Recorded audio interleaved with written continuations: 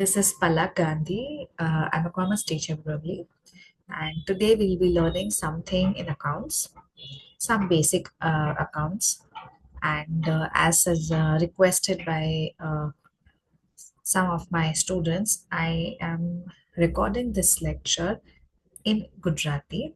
So I'll be teaching. My explanation will be in Gujarati, but the concepts book will be in English. Okay. Thank you. Happy learning. Let's start. I'm sharing you.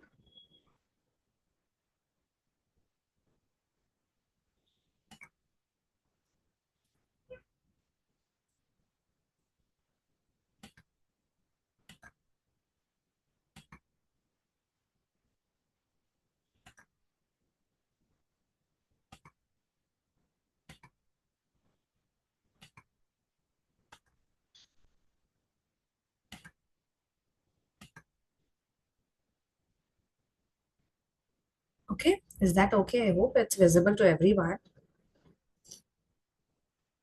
Okay, yeah, let's get started. જો હવે તમે જોઈ રહ્યા છો કે we are starting with bookkeeping and accountancy. આ 11th સ્ટાન્ડર્ડની book છે. અગર બેસિક્સથી આપણે સ્ટાર્ટ કરીએ તો બેસિક અગર તમે પહેલેથી જોશો તો અકાઉન્ટન્સી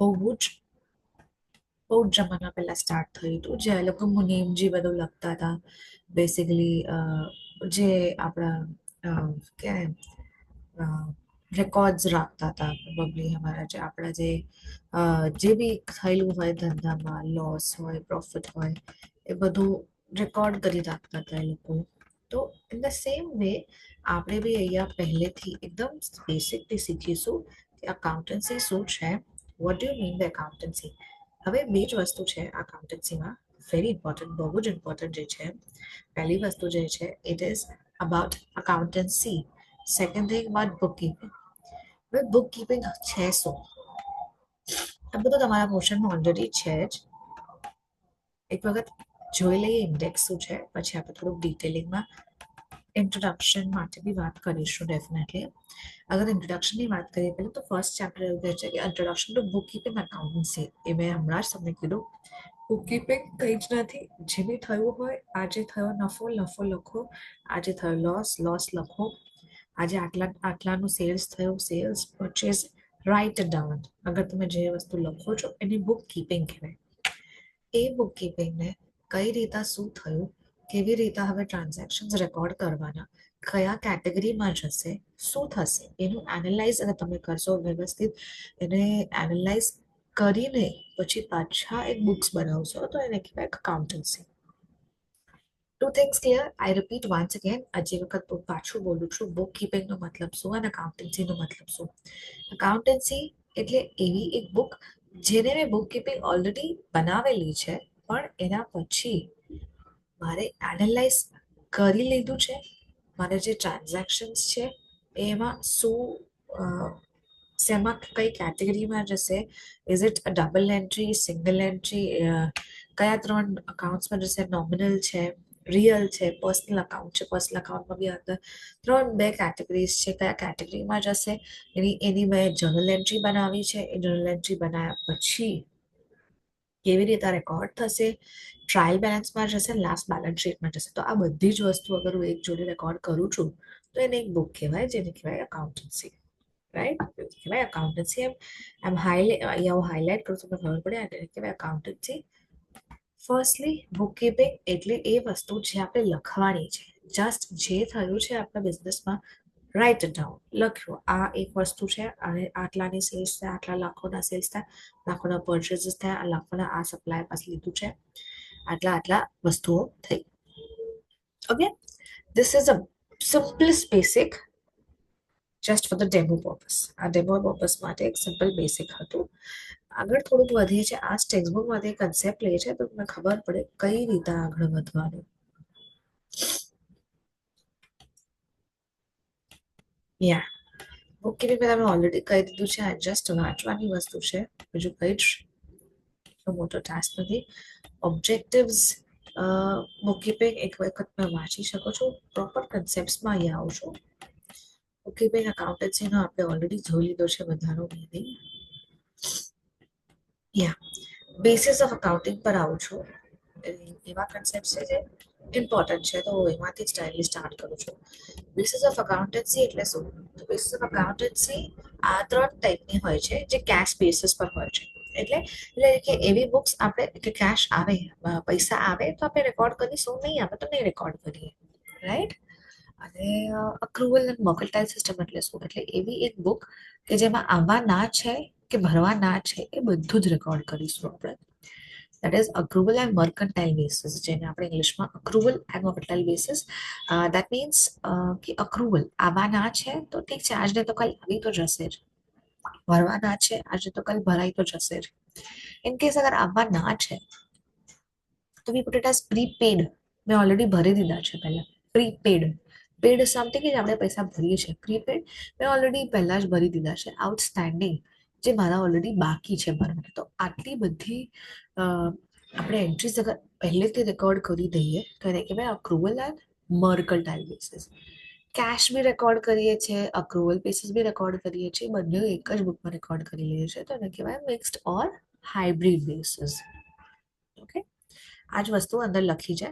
તો અગર તમે મોટા મોટા ડોક્ટર્સને જોવો, ચાર્ટર્ડ અકાઉન્ટન્ટ્સ, લોયર્સ, એ લોકો અગર પ્રેક્ટિસ યુઝલી કરતા હોય, યા તો નોન પ્રોફિટ ઓર્ગેનાઇઝેશન, આ લોકો બધા યુઝલી કેશ બેસિસ પર જ બુક્સ મેન્ટેન કરતા હોય. રીઝન બિહાઇન્ડ કે એ લોકોનો મોસ્ટલી કેશ બેસિસ પર થતો હોય. ઇવન આજકાલ નોટ કેશ, યુ કેન સે આજકાલ યુપીઆઈ બેસિસ છે કે સ્કેન કોડ બેસિસ છે, એ બધા પર જ ચાલતું હોય. એ લોકોને આઉટસ્ટેન્ડિંગ કંઈક ના મોટા મોટા લાખોના ટ્રાન્ઝેક્શન્સ કે એક માલ કંઈક જવાનો ના હોય. ઠીક છે, મોટી મોટી સર્જરીઝ કદાચ હોઈ શકે. અગર એમબીબીએસ ડોક્ટર છે, હોમિયોપેથી, એલોપેથી, આયુર્વેદિક ડોક્ટર્સ છે, તો અમુક અમુક ફીઝ હોઈ શકે.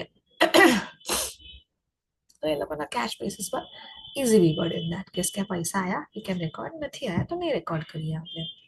Will that be okay? Okay, moving on ahead. Accrual basis કોણ કોણ રેકોર્ડ કરે છે? તો અક્રુવલ બેસિસ તો ઓલમોસ્ટ અગર આપણે બિઝનેસીસ, આપણે બધા મોટા મોટા બિઝનેસીસ જોઈએ, ઇફ યુ આપણે તમે ટાઈમ મળે એક વખત તો ગૂગલ પર એકવાર સર્ચ કરીને જોવાનું કે મોટા મોટા કંપનીઝના બેલેન્સ શીટ અવેલેબલ છે લાસ્ટ યર કે કોઈ બી એક વર્ષના. તમે જોઈ લો, એ લોકો usually mercantile or accrual basis પર જ રેકોર્ડ કરશે. Why? The reason behind that is, કારણ એવું છે કે એ લોકોને કઈ કયા પૈસા આવવાના છે ને કયા પૈસા ભરતી દેશે બધાનો રેકોર્ડ જોઈએ છે. અગર કેશ બેસિસની વાત કરો તો મારે જે દેવું છે એ તો મારે ભરવું જ પડશે, રાઈટ? મારે જે વસ્તુ કરવાની છે કે મારે જે ઓલરેડી પે થઈ ગયું છે હું પાછા કેમ ભરીશ? તો એ તો કેશ બેસિસ પર મને પહેલેથી ખબર પડે જ નહીં. એ તો જેમ જેમ દિવસો જાય તો ખબર પડે. શું ખબર આજે અચાનક મને પૈસા ભરવાના, મારા પાસે પૈસા છે જ નહીં. કેશ બેસિસ પર વેરી ડિફિકલ્ટ, એ તક મને ખબર પડે કે એ વસ્તુ થઈ જ નથી. સેમ થિંગ અક્રુવલ બેસિસ પર એવું નહીં થાય. ઓકે, હાઇબ્રિડ સિસ્ટમ ડિપેન્ડ કરે છે પોલિસીઝ ઓફ ધ કંપની કે કઈ રીતે મેનેજ થાય છે. Qualitative characteristics of accounting information. Vote is the qualitative characteristics? મતલબ એવા કેરેક્ટરિસ્ટિક્સ કે જે કહે છે કે અકાઉન્ટિંગ ઇન્ફોર્મેશન આપણે જે બનાવી છે, કે આપણે જે આપવામાં આવી છે, કે એમાં સાચે એવી ક્વોલિટી છે કે આપણે સારી વસ્તુઓ એમાંથી ઓલરેડી ડિટેક્ટ કરી શકીએ, બનાવી શકીએ, કમ્પેર કરી શકીએ, એક મોટી એનાલાઇઝ કરી શકીએ. કોઈ માણસોને મે બી એને એમ્પ્લોઈઝને બેસાડીને વી કેન ડુ સમથિંગ. આપણે એનું વસ્તુને એ વસ્તુનો ઉપયોગ કરી શકીએ છીએ આપણે, રાઈટ? તેમાં શું શું કેરેક્ટરિસ્ટિક્સ આપણી યુઝલી આવે છે? That is reliability of accounting information. Reliability એટલે શું? કે આપણે આમ અકાઉન્ટિંગ આ મારી પાસે બુક્સ છે, જે મારી પાસે પીડીએફ ફોર્મ બી હોય, રાધર મારી પાસે હાર્ડ કોપીમાં બી હોય. અગર હાર્ડ કોપીમાં ઓલરેડી છે તો એકલું આ તમને આપી દઈશ તો આગળ પાછળ કંઈ રેફર કરવાની જરૂર નહીં પડે. રાધર એમ નહીં કહું કે આ પેજ પર આ લિંક પર જાઓ, તમે જોઈ લો કે આનો મતલબ શું થાય, કે આ વસ્તુનો સ્ટેટમેન્ટનો કે આ વર્ડનો મતલબ શું થાય, હું એમ નહીં કહી શકું. તો અગર આટલી જ હાર્ડ કોપી પીડીએફ તમને સેન્ડ કરીશ, આ બધું જ છે. It is reliable, it can be red reliable. એક તમે યુઝ કરી લેશો તો થઈ જશે. રેલિવન્ટ ઇન્ફોર્મેશન મતલબ હું એટલી બધી બી ઇન્ફોર્મેશન નહીં આપું કે વાંચતા વાંચતા એટલો ટાઈમ થઈ જાય કે તમને મેઇન વસ્તુ જે મેઇન મુદ્દો છે એ ખબર જ ના. પોઈન્ટ ટુ પોઈન્ટ આ વસ્તુ છે, આ અકાઉન્ટિંગ સ્ટેટમેન્ટ છે, આ ત્રણ ત્રણ વસ્તુ છે, આમાં આ રેકોર્ડ થશે, આમાં આ record, just point to point record કરીશ અને હું તમને કહી દઈશ. Understandability of accounting information. હવે અકાઉન્ટિંગ ઇન્ફોર્મેશન જે છે એમાં એક લેંગ્વેજ છે, we called as accounting language, right? એ અકાઉન્ટિંગ લેંગ્વેજનો પહેલો બેસિક છે to how to pass an entry. Now, how to pass an entry has three basic rules, golden rules જે આપણે એને કહીએ છીએ. તો ગોલ્ડન રૂલ્સ એક વખત ખબર પડી ગઈ, એકાઉન્ટિંગ એન્ટ્રીઝ જે પાસ થઈ ગઈ, પછી ટ્રાયલ બેલેન્સ બનાવ્યું.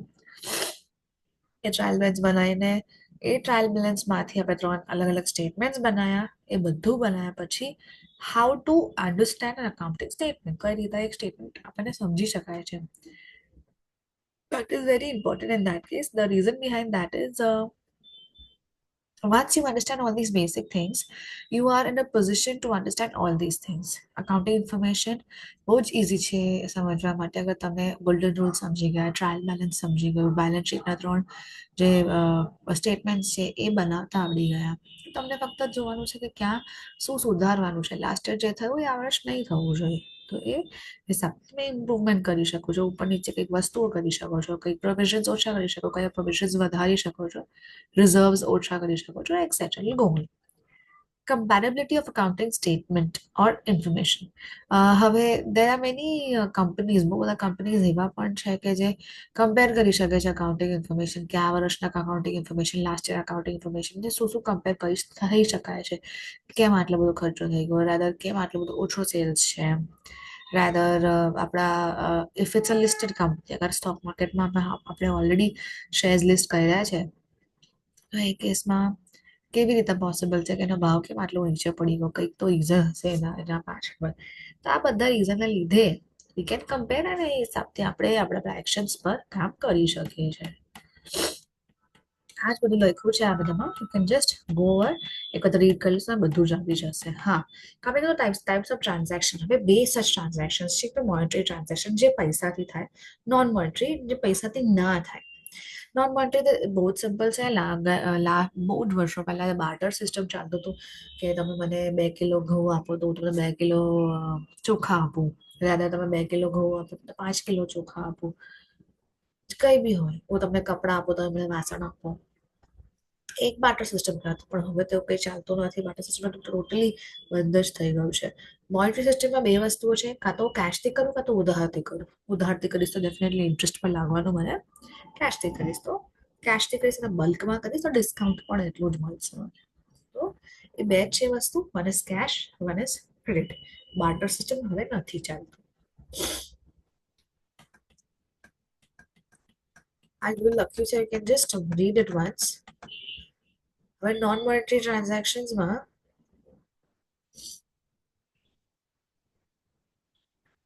વોલિડ ઓન નોન મોનેટરી ટ્રાન્ઝેક્શન ક્લાસને પતી ગયું છે.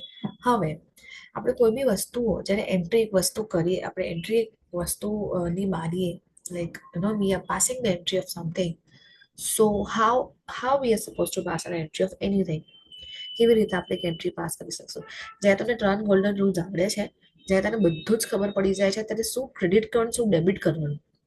એક વસ્તુ કોઈ ડેબિટ થશે, એક વસ્તુ કોઈ ક્રેડિટ થશે, એટલી જ અમાઉન્ટની જેટલી ડેબિટ થશે એટલી જ ક્રેડિટ થશે. અગર બંને ઇક્વલ હશે, એક્ઝેક્ટલી દેટ વે તમારી એક એન્ટ્રી પાસ થઈ ગઈ. હવે તમારો પ્રશ્ન હશે, મેમ એક જોડે 3 ડેબિટ અને 3 ક્રેડિટ હોઈ શકે છે? 2 ડેબિટ 3 ક્રેડિટ ડેફિનેટલી હોઈ શકે છે.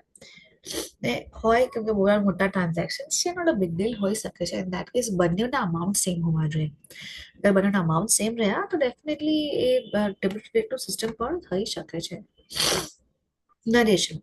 કેમ નરેશન લખીએ છીએ ખબર નથી ને, તમે એન્ટ્રી પાસ કરી, કોણે એટલે કોણે શું કર્યું, કોણે શું પરચેસ કર્યું, કોણે શું સેલ્સ કર્યું. પરચેસ તો ડેફિનેટલી અમને એન્ટ્રીથી ખબર પડી જ જશે, પણ શું પરચેસ કર્યું, કોણે પરચેસ કર્યું, કેટલા ટકામાં પરચેસ કર્યું, કેટલા ટકા ડિસ્કાઉન્ટ મળ્યું મને, બધું તો ઓબ્વિયસલી એન્ટ્રી નહીં જ કહી શકે. એ બધું કેલ્ક્યુલેશન કર્યા પછી ખબર પડે. તો in that case we have that explanation part. એ એન્ટ્રી કર્યા પછી એક્સપ્લેનેશન નહીં. Suppose purchase account debit to cash, right? તો એક entry purchase account debit to cash કર્યું અમે લોકોએ. તો being goods purchased by Rohan, તેવી તમે કહી દીધું કે રોહને આટલા આટલા ગુડ્સ પરચેસ કર્યા છે. ગુડ્સ બી ઘણી વખત આપણે ગુડ્સમાં બી લખી દઈએ છીએ કે ગુડ્સ કયા કયા પરચેસ ક્યાં ક્યાં થાય છે. Coming on the second part, capital and drawings. Basically આપણે ગુજરાતીઓમાં તો બહુ જ યુઝ થાય છે, કેપિટલ આટલું કેટલું ઇન્વેસ્ટ કર્યું, એટલું આ કર્યું તે કર્યું. તો આ મેઇનલી આ કેપિટલનો શું શું મતલબ શું થાય છે? કેપિટલ એટલે જે આપણી પાસે ઓલરેડી છે, જે આપણે બિઝનેસમાં ઇન્વેસ્ટ કરીએ છીએ, સમથિંગ એક amount of money, maybe some 10-20 lakhs of money which we are investing in our own business. If that is invested into a business and by that only we continue with our business, it's called as a capital. Now coming on to drawings. Sorry. Drawings એટલે શું? જે બી અમે already invested cache છે યા फिर કોઈ બી goods છે, assets છે, એ તમારે પર્સનલ યુઝ માટે કાઢવા છે, not personal use, business use માટે બી વિડ્રો કરવા છે. બેસિકલી ફોર પર્સનલ યુઝ જ હોય છે. આપણે યુઝ્યુઅલી બિઝનેસ માટે કેમ જ વિડ્રો કરીશું? પર્સનલ યુઝ માટે અગર હોય છે તો તમે કંઈક વસ્તુ વિડ્રો કરો અને બિઝનેસમાંથી વિડ્રો કરી use it for your own personal use, like કોઈ બી ફીસ ભરવાની છે, એસેટ કોઈ બી મે બી એસી ઓફિસનું છે અને ત્યાંથી કાઢીને તમે ઘરે લગાવી દીધું, એ પણ થઈ શકે છે, નોટ અ પ્રોબ્લેમ. તો એને ડ્રોઈંગ્સ કહેવાય.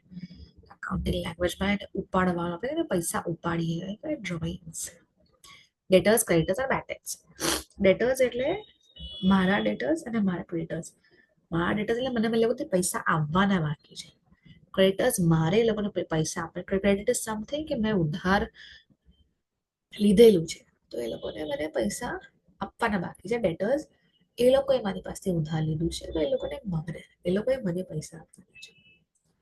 પછી વખત રિપીટ કરું છું, ડેટર્સ મારું એસેટ છે, ડેટર્સ માંથી મને પૈસા મળવાના છે, ક્રેડિટર્સને મારે પૈસા આપવાના છે. બેડ ડેટ્સ એવી એક અમાઉન્ટ જે ક્યારે લાઈફમાં રિકવર નહીં થઈ શકે. કોઈ છે મારે કોઈ આમ એવું કે મારા પૈસા લઈને ભાગી ગયું છે તો જાયઝ છે. એટલે શું? બેડ ડેટ્સમાં જશે, તમારે બેલેન્સ શીટમાં તમારે બેડ ડેટ્સમાં એને દેખાડવું પડશે. That's all. આનું મોર ડિટેલિંગ હવે આપણે મેઇન ક્લાસમાં ડેફિનેટલી કરી લઈશું. હમણાં ડેમો લેક્ચર છે તો શોર્ટમાં કેવી વસ્તુ મને સમજાવવાની દેટ ઇઝ ગુજરાતીમાં, એ હું તમને પહેલા સમજાવી દઉં છું.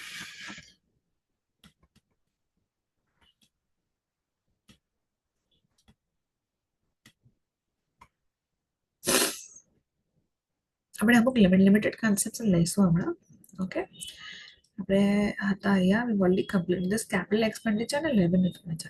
એવા એક્સપેન્ડિચર્સ જે મોટા મોટા હોય અને યુઝ્યુઅલી નોન રિકરિંગ હોય. આપણે કંઈ એસેટ એવરી યર પરચેસ તો કરીએ નહીં. એકવાર જે પરચેસ કરીએ 5-6-10 વર્ષ તો ચાલે. તો એવા મોટા મોટા એક્સપેન્ડિચર્સને કેપિટલ એક્સપેન્ડિચર કહેવાય છે. નાના એક્સપેન્ડિચર જે 1 વર્ષ માટે, 6-8 મહિના માટે ચાલે, rent paid, salary paid, wages paid, salary some bill paid, એ બધાને રેવન્યુ એક્સપેન્ડિચર કહેવાય. ડિફર્ડ રેવન્યુ એક્સપેન્ડિચર બહુ જ મોટો કન્સેપ્ટ છે. We can do it during our regular classes. Okay, coming on to it, cash discount, trade discount. Cash discount એટલે એવું discount જે કેટલોગ પ્રાઇસ અને લિસ્ટ પ્રાઇસ પર આપવામાં આવે છે. લિસ્ટ પ્રાઇસ એટલે શું મેમ? તો ઇંગ્લિશમાં જ કેમ વાત કરી રહ્યા છો તમે? લિસ્ટ પ્રાઇસ એટલે જે ઓલરેડી એમઆરપી છે એના ઉપર ટ્રેડ ડિસ્કાઉન્ટ આપીશ. હવે એ બંને વચ્ચે શું ડિફરન્સ છે? What do you mean by trade discount? What do you by cash discount? આ જે ટ્રેડ ડિસ્કાઉન્ટ છે એ યુઝ્યુઅલી પરચેઝ ઓર સેલ્સના ટાઈમ પર જ એ લોકો ઇમિડિયેટલી આપે છે. What is the meaning of that? આપણે જે પરચેસ કરીએ, સપોઝ 1000 રૂપીસનું, અહીંયા એક ઓલરેડી એક્ઝામ્પલ આપ્યું છે. 1000 રૂપીસનું મેં ગુડ્સ સેલ કર્યા 5% ટ્રેડ ડિસ્કાઉન્ટમાં. મારે કરવું હતું બિકોઝ મારે અગર વેચાતા બી હોય ગુડ્સ પ્લસ એના પછી ડિસ્કાઉન્ટ મળ્યા પછી if I can resume, if I can written my customers, કે હું મારા કસ્ટમર્સને પાછા બોલાવી શકું છું 5% ડિસ્કાઉન્ટ આપીને, તો in that case I can definitely do that. 1000 રૂપીસની વસ્તુ 5% ડિસ્કાઉન્ટમાં 950માં મેં અગર આપી દીધી, ડેફિનેટલી એ કસ્ટમર ડેફિનેટલી મારા પાસે પાછો આવશે જ આવશે. That is called as trade discount. Secondly, trade discount ક્યારે બી બુક્સ ઓફ અકાઉન્ટ્સમાં નહીં આવે. The reason behind that is trade discount is something which is only recorded in the amount form. આપણે એન્ટ્રીઝ પાસ કરીશું. એન્ટ્રીઝ પાસ આના સાઈડમાં debit ક્રેડિટનો આપણો column હશે. કોલમના અંદર હું કેલ્ક્યુલેશન કર્યા પછી જે અમાઉન્ટ આવે, 5% ડિસ્કાઉન્ટ કર્યા પછી જે અમાઉન્ટ આવશે, એ ટ્રેડ ડિસ્કાઉન્ટમાં ડાયરેક્ટલી રેકોર્ડ કરી દઈશ અને નરેશનમાં લખી જ મેં એ લોકો ટ્રેડ ડિસ્કાઉન્ટ આટલો આટલો આપ્યો છે. કેશ ડિસ્કાઉન્ટ રેકોર્ડ થાય છે બુક્સ ઓફ અકાઉન્ટ્સમાં, પણ એ ક્યારે? જ્યારે ટ્રેડ ડિસ્કાઉન્ટ અને કેશ ડિસ્કાઉન્ટ બંને વસ્તુ છે તો પહેલા ટ્રેડ ડિસ્કાઉન્ટ આવશે પછી કેશ ડિસ્કાઉન્ટ આવશે. એ બંને વસ્તુ યાદ તમારે રાખવી. રિવિઝન ડેફિનેટલી કરીશું, કંઈ જ પ્રોબ્લેમ નથી. એ બધું વસ્તુ પહેલા આપણે પહેલા અકાઉન્ટિંગ યર એકવાર જોઈ લઈએ then we can stop for the day because થોડુંક એક્સ્ટ્રા આઈ થિંક થઈ ગયું હશે. અકાઉન્ટિંગ યર શું હોય? અકાઉન્ટિંગ કે તમે સાંભળ્યું હશે 12 મંથ્સનું હોય. હવે જાન્યુઆરી ટુ ડિસેમ્બર કે not be our accounting year. આપણો અકાઉન્ટિંગ યર માર્ચ ટુ એપ્રિલમાં હોય છે. Starting from ending from March and starting from April of this year to March of the next year. એ અકાઉન્ટિંગ યર આપણું 12 મંથ્સનો હોય થઈ જાય છે. એને you can say it is an accounting calendar year જે સ્ટાર્ટ જ થાય છે એપ્રિલથી અને એન્ડ થાય છે માર્ચમાં. અકાઉન્ટિંગ પર્પસ માટે કહીએ, ઇન્કમ ટેક્સ પર્પસ માટે કહીએ કે કોઈ બી ઇન્ડિયામાં અકાઉન્ટિંગ યર કહેવાય તો એને આ એક જ વર્ષ આપણે કન્સિડર કરીએ છીએ 1st April 31st March as આ year ending. Okay, is that clear?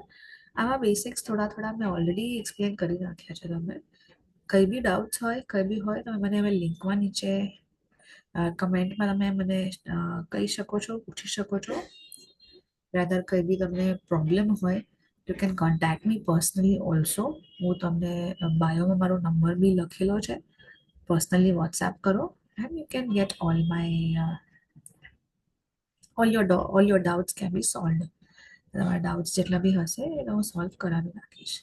બીજા બધા કન્સેપ્ટ મેં એટલા માટે લીધા બીકોઝ ઓલરેડી એક લેક્ચર ફર્સ્ટ લેક્ચરમાં અગર કોઈ ફર્સ્ટ લેક્ચર બેસશે તો આટલું બધું બહુ જ હેક્ટિક થઈ જશે. નેક્સ્ટ લેક્ચર અગર હું રેકોર્ડ કરીશ તો I complete full chapter. Okay, thank you for the day. I hope તમને બધું સમજ્યું હશે. ગુજરાતીમાં બહુ જ બેસ્ટ ટ્રાય કરીશ તમને સમજાવવાની.